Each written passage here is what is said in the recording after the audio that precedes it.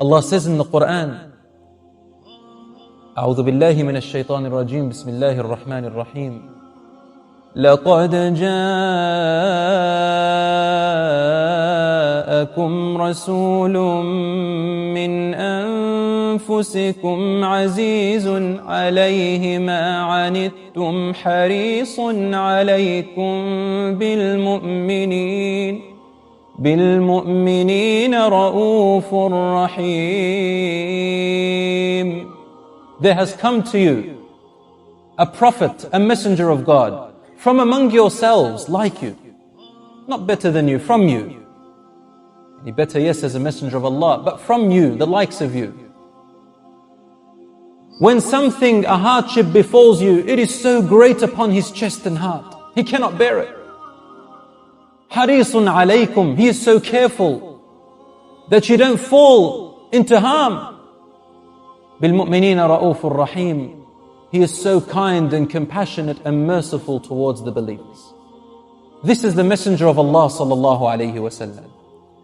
Abu Hurairah radiallahu anhu said, Ya Rasulullah, will you ever be able to see these brethren of yours anyway? Ar-Rasul sallallahu alayhi wasallam said, yes, as if I can see it.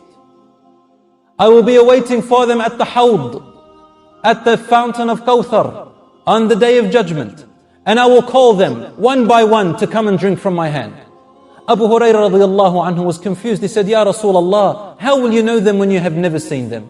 And he said, sallallahu alayhi wa sallam, let me give you an example of a man who has many horses. Many of them are dark, pitch black in color. And among them there are horses with striped colors, white on their foreheads, white on their nose, on their backs, on their legs, on their tail. Is this person not able to tell the black horses from the ones that are striped very easily? He said, yes, Ya Rasulullah. He said, on the day of judgment it will be so. يَأْتُونَنِي غُرًّا مُحَجَّلِينَ. They will come to me on the day of judgment like this. When everyone else, because of their kufr and because of their bad deeds, their bodies and their faces will turn charcoal. These people will come and they have different colors on their bodies. The color is nur. Nur coming out from their faces, coming out from their arms, coming out from their legs. And Abu Hurairah radiallahu anhu asked, where is this nur from, Ya Rasulullah? He said, وَذَلِكَ مِنْ أَثَرِ الْوُضُوءِ فَأَسْبِغُ الْوُضُوءَ يَا عِبَادَ اللَّهِ. This is the result of the wudu which they used to make. So make your wudu extra good. Make your wudu extra good. Abu Hurairah radiallahu anhu said, ever since that day, every time I made wudu, I used to make isbagh. Isbagh means, instead of reaching just to the elbow, I'd just wipe a little bit more above. I'd enjoy it. Subhanallah, have you ever made wudu while you've enjoyed every drop that falls? Imagining every drop that falls has a sin on it that is dropping away. Enjoying your wudu like you enjoy ibadah, worship.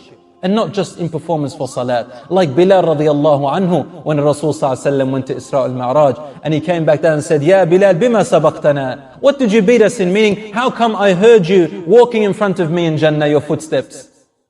He said, Ya Rasulullah, I don't know.